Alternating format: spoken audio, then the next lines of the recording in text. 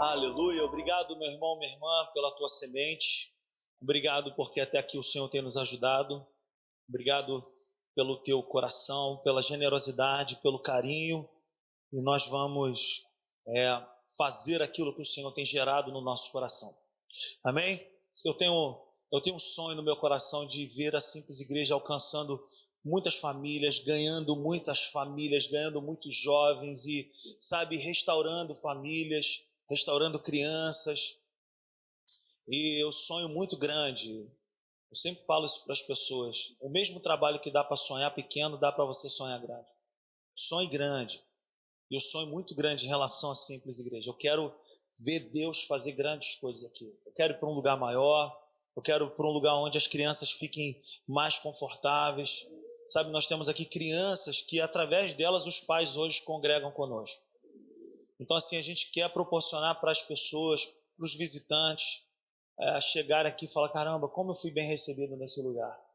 E tem ficado apertado, principalmente dia de domingo aqui, mas eu conto com as suas orações, eu conto que o Senhor ele tem o melhor para nós. Amém? Você ama a palavra de Deus, sim ou não? Quem trouxe a Bíblia aí, diga amém. Se você não trouxe a Bíblia, é só acompanhar na telinha. Mas eu queria te pedir que você traga material de anotação. Não deixe de trazer um material, gente. Não deixe. Fiquei feliz hoje, o Leandro veio comigo, trouxe o caderno dele. Isso é muito bom, gente. Eu estou tão feliz que o meu caderno daqui a pouco está acabando, de tanto que eu já anotei. E para mim é um motivo assim de muita alegria. Eu prometi o caderno aí, meu caderno de sermão, para 2 pessoas. E eles estão meio que desejosos. Um já me olhou ali atrás, ali, já fazendo, ó. Mas é bom anotar. É bom. Confie mais no papel e na caneta do que na sua mente. Quem esteve domingo aqui, faça um sinal com as mãos. Você foi abençoado? Amém? Então, abra sua Bíblia comigo em Colossenses, no capítulo 3. Nós estamos falando uma série de mensagens e o tema dessa mensagem é a força da nova criatura. Enquanto você abre a sua Bíblia, eu quero falar algumas coisas que nós falamos aqui. E o texto que nós estamos usando é o texto do capítulo 2 de Efésios. Se você puder, depois você leia na sua casa. E eu vou andar hoje com a mensagem que eu preciso terminar essa parte. O texto que o apóstolo Paulo ele fala para nós em Efésios, no capítulo 2, ele vem dizendo para nós em relação aos pensamentos e a maneira que nós tínhamos de andar e de pensar antes de Jesus entrar na nossa história, antes de Jesus entrar na nossa vida. E ele vai dizer que já não é mais uma maneira própria. No capítulo 12 de Romanos, no versículo 2, ele vai deixar uma lição para nós de como que nós vivemos dessa forma. Ele vai dizer para nós que agora nós temos uma missão que é contínua, que é de nós mesmos renovarmos a nossa mente. Sou eu e você que tem a missão de renovar os pensamentos. Ou seja, todos os dias nós acordamos, nós nos colocamos de pé e nós já somos assim bombardeados com pensamentos das trevas. É o mundo tentando nos amoldar ao padrão dele, como uma forma de pudim. Quem gosta de pudim aí, faça um sinal com as mãos. Amém. Aleluia. Coisa boa. Mas o pudim, ele entra na sua forma em uma maneira bem líquida, não é assim? Ele entra de uma maneira líquida naquela forma e ele vai ao forno e ele ganha um outro padrão. Por quê? Porque ele saiu de um estado e ele foi para o outro. É justamente isso que o apóstolo Paulo ele quer dizer para nós, que nós temos que fazer o quê? Uma força em relação aos nossos pensamentos. É o substituir dos nossos pensamentos. A missão é nossa. Eu não posso substituir os seus pensamentos. Tem um ditado popular que parece até um versículo que diz: nós não temos como deixar que os pássaros sobrevoem a nossa cabeça, mas nós podemos evitar que eles façam ninhos. Só eu que ouvi isso. Amém? Eu e o Assis, graças a Deus, eu e a Patrícia também. Então assim, o que significa isso? Nós não temos como evitar que pássaros sobrevoem. Pássaros são esses pensamentos. Pensamentos vêm e vão. mas eles não podem fazer morada na minha vida. Isso é uma missão minha. Eu não posso deixar com que pensamentos das trevas venham agora virar habitantes dos meus pensamentos. Essa é uma missão minha que eu mesmo tenho que me colocar diante dessa luta. Eu costumo sempre dizer que a verdadeira batalha espiritual não é a nossa luta contra o Exu não sei o quê, a pomba que gira, a pomba que não gira, e o demônio tal. Isso tudo tem que se submeter ao poder do nome de Jesus. Não existe demônio que resista ao nome de Jesus. Aqui nós não fazemos entrevista com Satanás, a gente não fica perguntando de onde vem, de onde vai. A gente não quer saber o que comeu, se foi pipoca, se foi da cachoeira, se foi não sei da onde. Ele tem que se render ao nome de Jesus. Mas o maior, essa é uma palavra que eu acho que não existe, mas eu vou dizer, mas o maior endemoniamento, eu não sei se existe, mas o maior endemoniamento é uma mente que pensa errado. A pessoa, quando bota na cabeça dela que ela é uma coisa, para você tirá-la daquela condição é terrível. Então, é justamente isso que o apóstolo Paulo está dizendo para nós. E ele chega a dizer para uma igreja assim, olha, aquele que mentia não minta mais.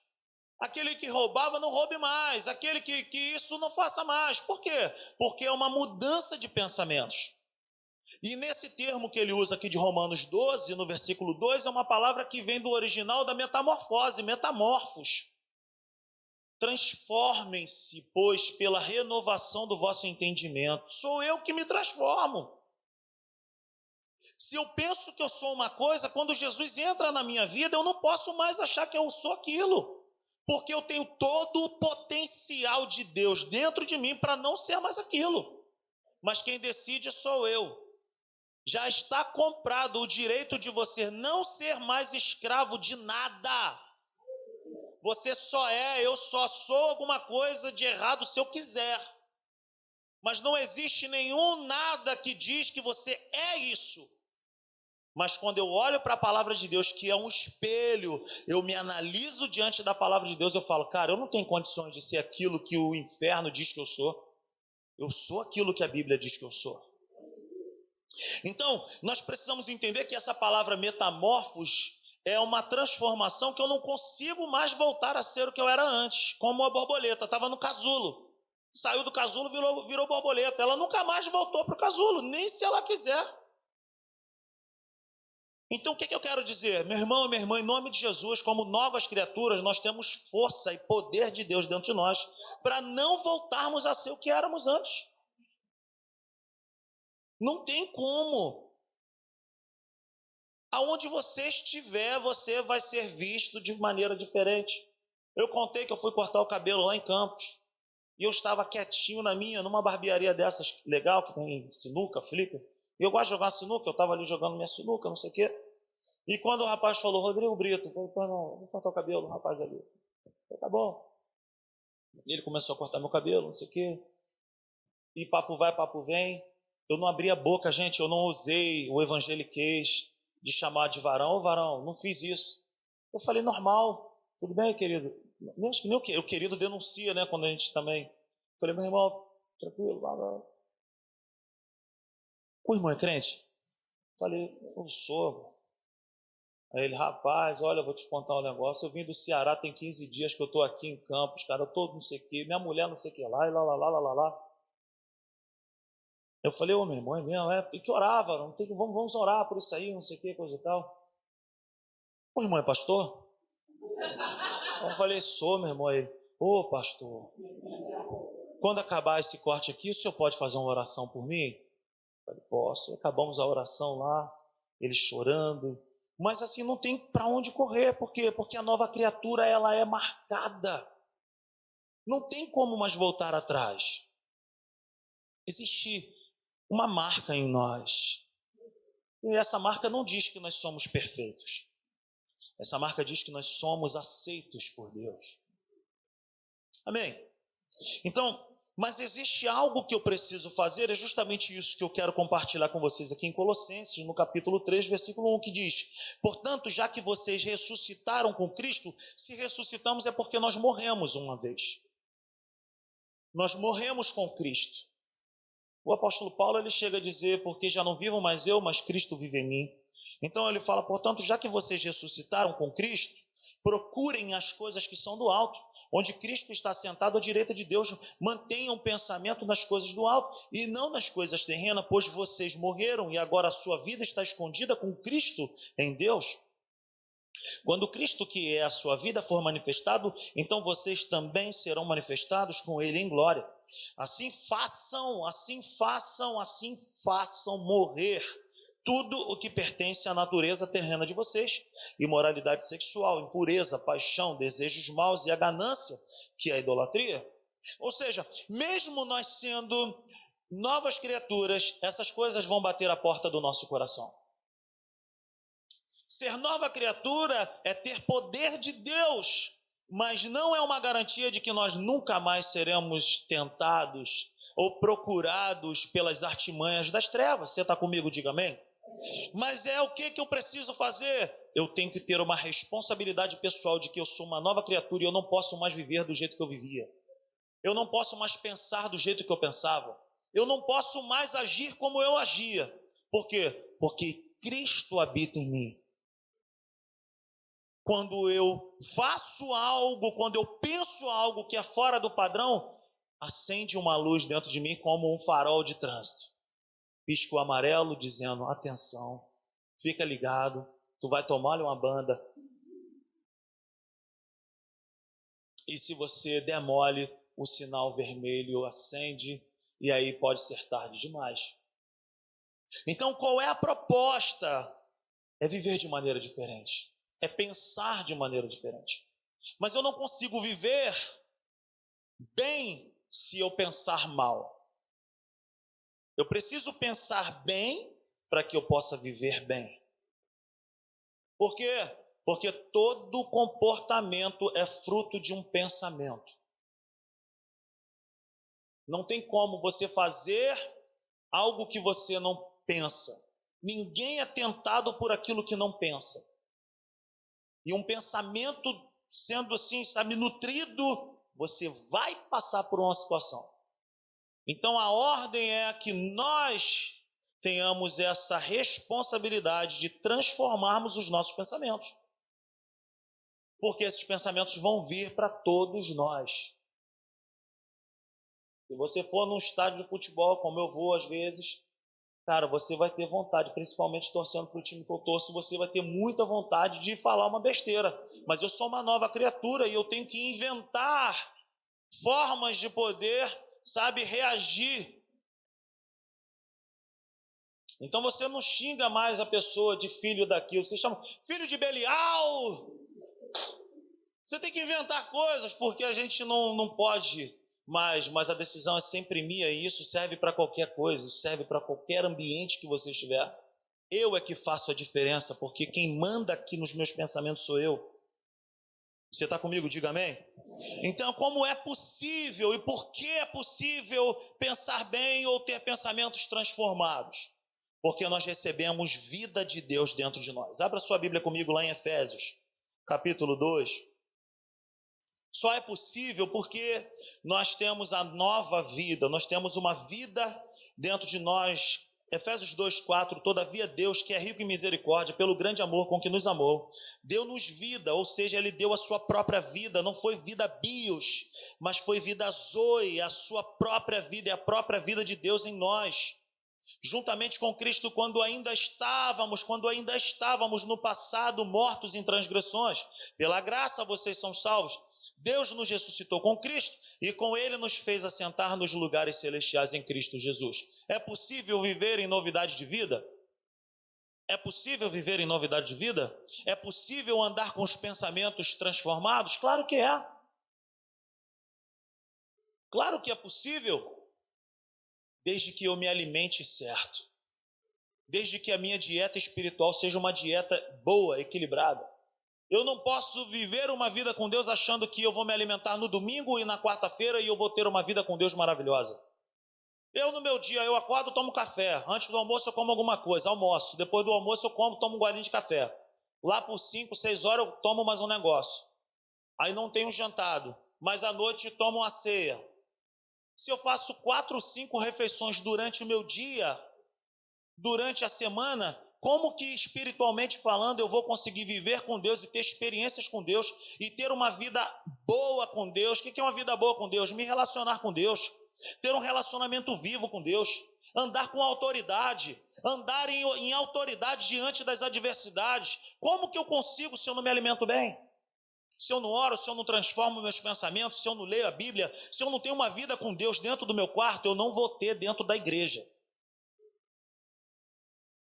Eu só consigo viver uma vida plena com Deus quando no meu quarto é mais poderoso do que aqui na igreja.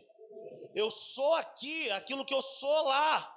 Eu sou primeiro na minha casa, onde a minha esposa me vê constantemente, onde eu sou exemplo para os meus filhos, onde eu sou exemplo para minha mulher. Eu não me escondo de ninguém, eu sou lá e eu reflito aqui. Você é na sua casa e no seu quarto e reflete no ônibus, na faculdade, na escola, na rua. Por isso que eu não posso mais viver com pensamentos antigos, eu não posso assistir o que eu assistia antes, eu não posso ser, estar em certas conversações como tinha antes, eu não posso abrir minha boca, eu não posso abrir meu ouvido, eu não posso ser uma lata de lixo de Satanás, eu não posso ser um depósito das trevas. A boca fala daquilo que o coração está cheio, e a mente pensa daquilo que você se enche também.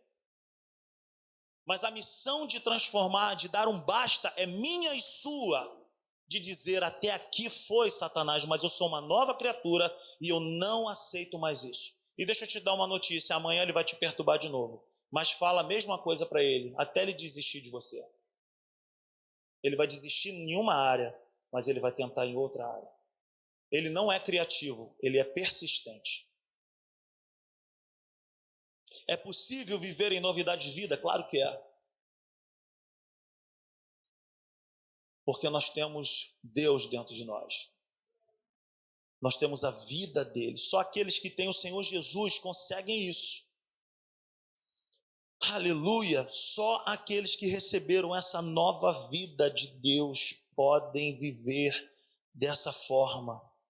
Em, obediência, em santidade, buscando a Deus constantemente.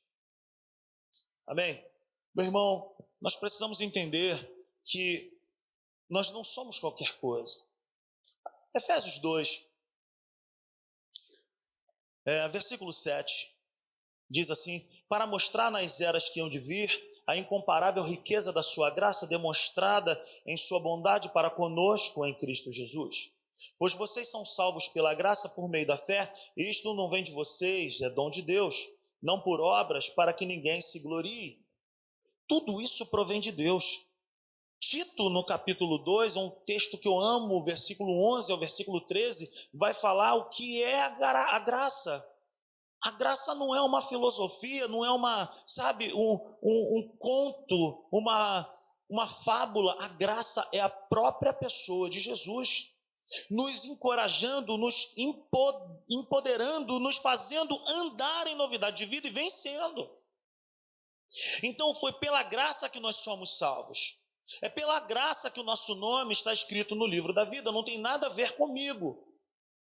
Mas isso, a graça nunca foi e nunca será liberdade para viver pecando, para viver de qualquer maneira. É o contrário. A graça não é, pode viver do jeito que quiser. A graça não é isso, nunca será isso. A graça é o contrário. A graça é poder de Deus para não pecar. A graça não é liberalidade para pecar. O apóstolo Paulo, ele fala para a igreja da Galácia, ele fala, não useis da liberdade que Jesus conquistou para vocês para dar ocasião à carne. É o contrário. Quando eu ando com a graça não é aquela pessoa chata, mas é aquela pessoa conselheira. A graça é aquele amigo, é aquela amiga verdadeira que fala a verdade que nós precisamos ouvir e não aquilo que nós desejamos ouvir. A graça, ela fala comigo e contigo de uma maneira doce, dizendo, não faz isso não. A graça é a própria pessoa de Jesus. Jesus, ele recebe uma mulher que foi pega em pleno adultério, todos estavam prontos para poder atirar a pedra. Jesus, naquela roda, era o único que podia atirar a pedra, porque ele era o único que cumpria toda a lei. Mas Jesus não atirou, ninguém atirou, todos foram embora e Jesus falou para ela: olha, cadê aqueles que te acusam? Não sei, Senhor, eles foram embora. Eu também não te acuso. Mas a graça, Jesus, ele não falou para ela assim: então vai, se adianta lá e está tudo tranquilo. Não. A graça não é dizer: olha, viva à vontade. Não. A graça, ela diz para nós: olha, vai, não peques mais. Você é livre, você não é mais escravo disso. Você não precisa mais disso. Existe muito mais prazer nas coisas de Deus do que em qualquer outra coisa. Basta nós renovarmos a nossa maneira de pensar. Se Jesus para nós e se a igreja para nós é apenas uma social, e se Jesus é apenas uma filosofia, nós estamos num barco furado. Porque a igreja não é uma social e Jesus não é uma filosofia. Jesus é Deus, Ele é Senhor, Ele é o Todo-Poderoso, Ele manda e eu obedeço. Ele é o centro da igreja, eu não mando em nada aqui, eu só obedeço o que Ele tem falado comigo. Então ande com Jesus, dê valor a Ele, mude seus pensamentos e você vai ver o que vai acontecer de bom. Efésios, no capítulo 2, versículo 10, fala: porque somos criação de Deus realizada em Cristo Jesus para fazermos boas obras, as quais Deus preparou de antemão para que nós as praticarmos. Sabe o que significa isso? Andar nessas boas obras, no original, é uma obra de arte. Nós somos criação dele. No original, no grego, na tradução do original, quer dizer que nós fomos feitos por Deus, como um artista faz uma obra de arte. Ele usou todo o cuidado, carinho e capricho dele para fazermos. Nós não somos um muro de chapisco que o pedreiro pega e joga e não sabe qual chapisco que vai ficar mais alinhado com o outro. Ele simplesmente lança.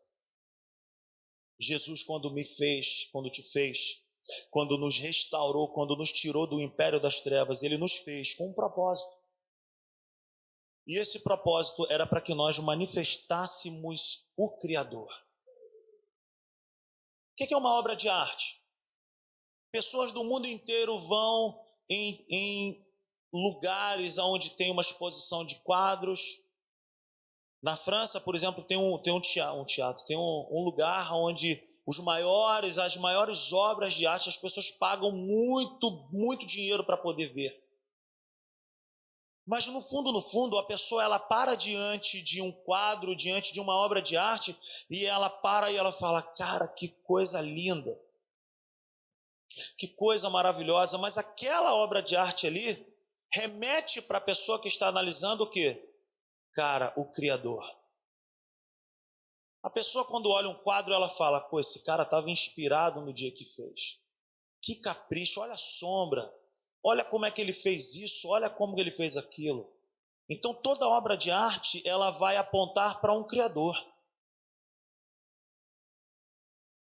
No mundo da arte, se é uma arte bonita, as pessoas vão falar bem. Se for uma arte feia, as pessoas vão falar: pô, esse cara é maluco.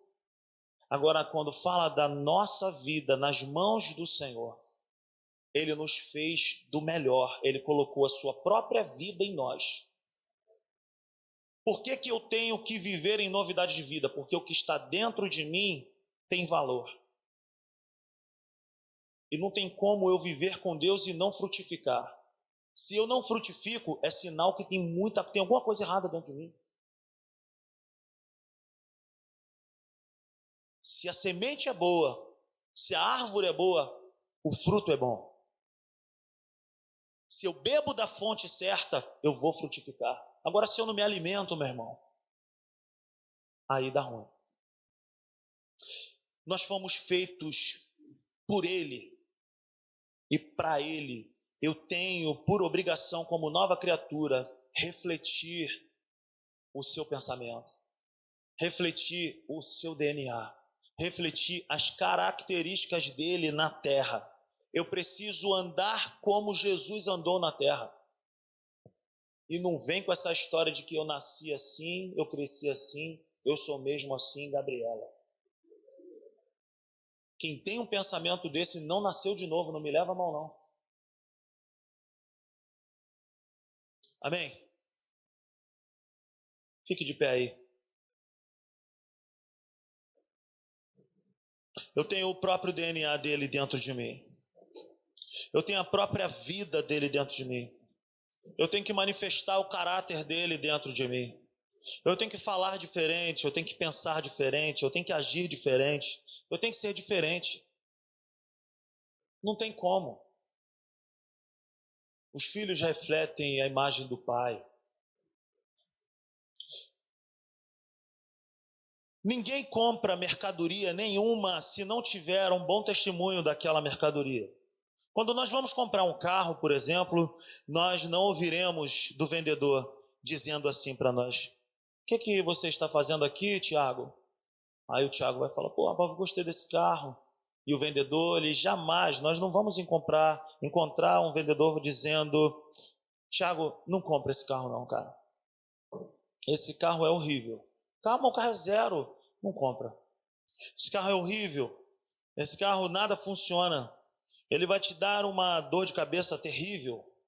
Provavelmente você vai sair daqui, vai enguiçar ali. Cara, mas o carro é zero. Não compra, Tiago. Vai te dar dor de cabeça. Ninguém ouve. Ninguém dá valor. Ninguém presta atenção em uma pessoa que dá mau testemunho. Ninguém vai olhar para nós e desejar Cristo se nós não refletimos Cristo. Ninguém vai me comprar no bom sentido de falar: cara, dá prazer de andar com essa pessoa, dá prazer de ouvir essa pessoa, se eu não reflito a verdade. Ninguém vai querer comprar a nossa...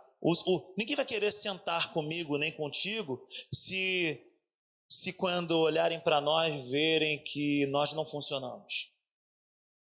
Meu irmão, esse cara tem uma imagem de que é um carro bacana, mas ele não funciona legal. Ninguém ouve mau testemunho. Ninguém vai querer isso. O que nós gostamos de ouvir quando nós vamos comprar é a pura verdade. Eu tive o privilégio de poder comprar um carro e o vendedor me atendeu muito bem, falou: você está interessado em qual carro? Olha esse carro. Olha, é um bom carro. Ele é muito bom, ele faz tantos quilômetros com 1 litro de combustível. E o que esse carro tem de problema? Esse carro tem um problema assim, assim, assim, mas você vai gostar do carro. O carro é perfeito? Não. O que eu quero dizer com isso? Eu não estou pregando uma mensagem esperando de nós perfeição. Nem Deus espera de nós uma perfeição. O que Deus espera de nós é que nós sejamos verdadeiros e fiéis a Ele. É dizer: Senhor, eu não sou um carro zero, mas eu quero ser um carro bom. Senhor, eu não sou uma pessoa perfeita, mas eu quero buscar essa perfeição. Ainda que eu saiba que eu nunca vou encontrar, mas eu quero progredir. Eu quero amadurecer. Eu quero melhorar. E nós conseguimos isso quando nós pensamos bem. O que nós gostamos de ouvir então? A verdade. Pensar na verdade, pensar a verdade, viver a verdade é benefício para todos. Vivamos a verdade. Vivamos de verdade. O Evangelho é real. O Evangelho é poder de Deus para mudar a nossa história. Efésios no capítulo 2, no versículo 11, vai dizer: portanto, lembrem de que anteriormente vocês eram gentios por nascimento e chamados incircuncisão pelos que chamam circuncisão feita no corpo por mãos humanas, e que naquela época vocês estavam sem Cristo, separados da comunidade de Israel, sendo estrangeiros quanto à aliança da promessa, sem esperança e sem Deus no mundo. Mas agora Mas agora, em Cristo Jesus, vocês que antes estavam longe foram aproximados mediante o sangue de Cristo. Pois Ele é a nossa paz, o qual de ambos fez um e destruiu a barreira do muro de inimizade. O que acontece? O apóstolo Paulo ele foi enviado para uma classe de pessoas, os gentios. Os gentios eram pessoas que não tinham aliança com Deus. Os gentios eram pessoas que eram proibidas de entrarem na congregação. Os gentios eles eram recusados pelos judeus. Os homens judeus carregam uma marca da circuncisão, que é uma marca no corpo. Os gentios, pelo contrário, eles não tinham essa marca no corpo e por essa marca eles eram evitados, eles não podiam entrar na congregação. No corpo de um judeu caracterizava ele de alguma coisa. E o gentio, que é essa pessoa que era barrada das reuniões, ele não tinha marca nenhuma. O apóstolo Paulo ele vem dizer que nós não podemos mais viver como os gentios viviam, porque o gentio tipifica para nós um povo sem Deus, um povo sem aliança, um povo sem esperança, um povo que não tem acesso às coisas de Deus. Mas o apóstolo Paulo ele diz para nós que Jesus ele derrubou o muro da inimizade que existia. Hoje não existe mais judeus, gregos, romanos, negros, brancos, pardos. Hoje não existe mais separação de pessoas, o véu foi rasgado. Hoje todos nós podemos estar e permanecer na presença de Deus. No corpo de Cristo não existe diferença. Todos nós podemos permanecer. Em Jesus todos nós somos iguais. Mas nós sempre devemos nos lembrar: eu não posso voltar a viver como um gentio que não tem aliança com Deus, que não tem acesso às coisas de Deus. Eu não posso viver como um gentio que não tem intimidade com Deus. Você está entendendo isso? Hoje eu sou aceito do jeito que estou, sim, mas eu tenho que me recusar a viver do jeito que eu estou. Eu sempre tenho que olhar para dentro de mim e falar: cara, existem áreas da minha vida que eu preciso melhorar.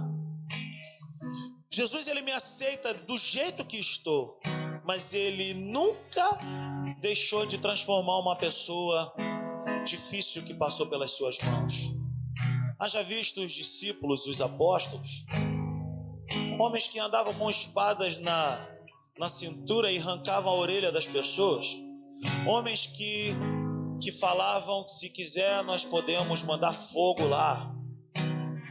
Nenhuma pessoa que passou pelas mãos de Jesus e que quis permaneceu da mesma forma, porque ele é transformador de vidas, mas só aqueles que querem. Apaga essa luz aí, Didi, por favor. Apaga, por favor. Então hoje eu sou aceito do jeito que estou, mas eu não posso permanecer desse jeito. Eu posso me achegar a Deus e falar: Senhor, eu estou assim, Senhor, eu preciso voltar a pensar como o Senhor quer. E nessa noite eu quero dizer não a essa situação que eu estou vivendo. Eu quero dizer não, porque eu tenho uma aliança contigo. Eu tenho uma aliança com o Senhor. Eu não posso viver de qualquer forma. Hoje Deus ele me diz: olha, eu faço uma nova aliança com vocês. Eu não vou habitar mais em templos. Eu vou morar em vocês. E juntos nós vamos mudar esse mundo.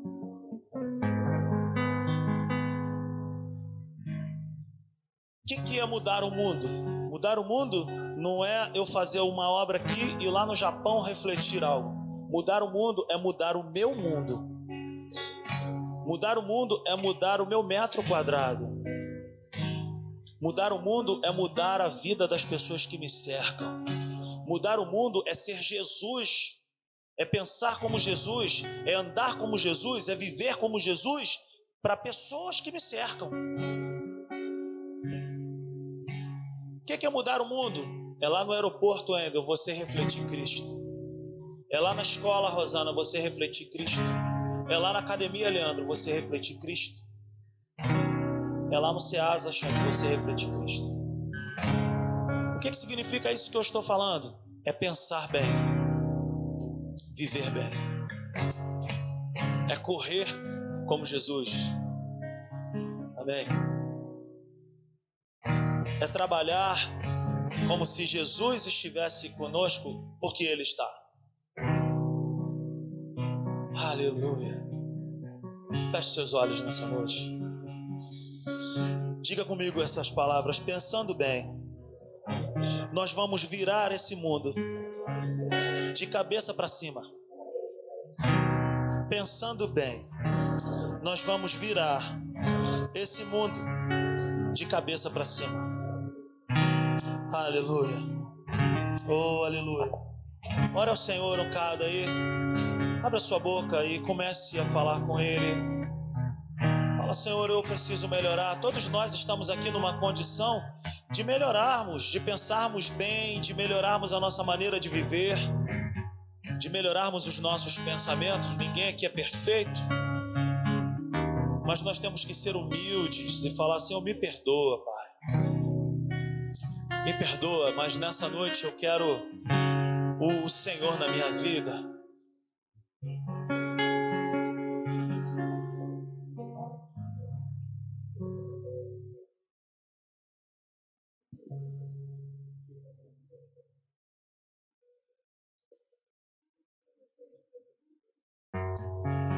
Oh, aleluia.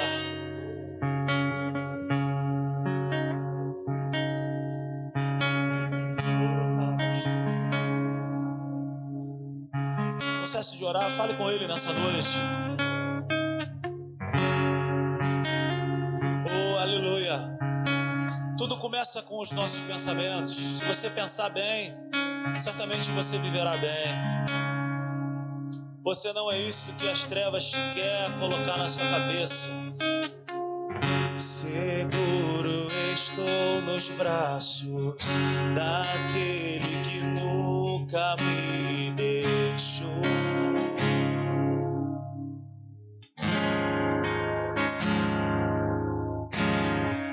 Seu amor perfeito sempre esteve repousado em mim. E se eu passar pelo vale, acharei conforto em teu amor, pois eu sei que és aquele que me guardas, me guardas.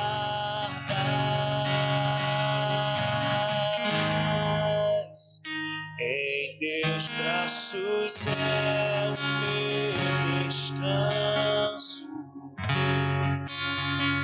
Em teus braços é o meu descanso.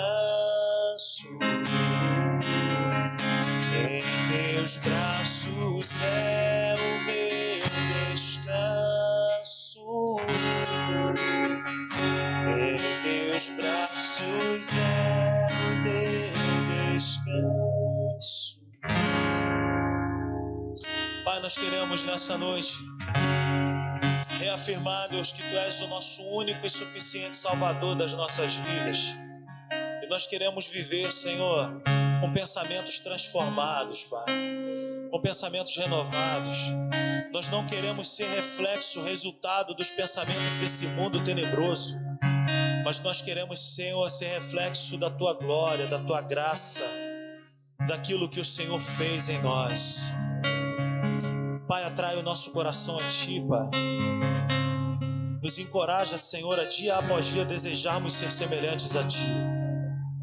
Atrai o coração da Tua igreja, da simples igreja. Aviva o Teu povo, para que haja, Senhor, sabe, esse chamado para fechar a porta do quarto e se colocar diante de Ti e orar mais e ler mais. Senhor, avivamento é isso, Senhor, é buscar o Senhor dentro de casa e refletir aquilo que é dentro do quarto aqui na simples igreja, na faculdade, na escola, no curso, no trabalho, no ônibus, no metrô, sei lá, Deus. Nós precisamos ser como um espelho que reflete a Tua glória, Pai. Tu nos colocaste, Senhor, nessa terra para sermos uma boa semente, Pai, e saciar a fome de outras pessoas. Oh, aleluia, Pai. Que a graça do Senhor Jesus, o amor de Deus o Pai, a comunhão do Teu Espírito Santo seja sobre nós. Senhor, aviva a Tua obra em nosso meio, Pai. Leva-nos debaixo da Tua proteção. Leva-nos debaixo da Tua graça, glória, provisão, livramento. Dá-nos um restante de semana superabundantemente abençoado, cheio da Tua graça, glória, mover, prosperidade do Teu poder sobre nós. Sê conosco, Pai, nós Te agradecemos demais por essa noite. Aleluia. Aplauda o Senhor aí, meu irmão, em nome de Jesus. Deus abençoe a tua vida. Deixa eu te falar uma coisa. As nossas reuniões, elas começam quarta-feira às 19h30. Se você pode chegar no horário, chegue no horário. E aos domingos às 19 horas. Se você pode chegar no horário, chegue no horário. É uma cultura nossa chegar no horário, terminar no horário. Nós gostamos de coisa boa, nós gostamos de coisas que, sabe, que revelam a ordem que há no céu.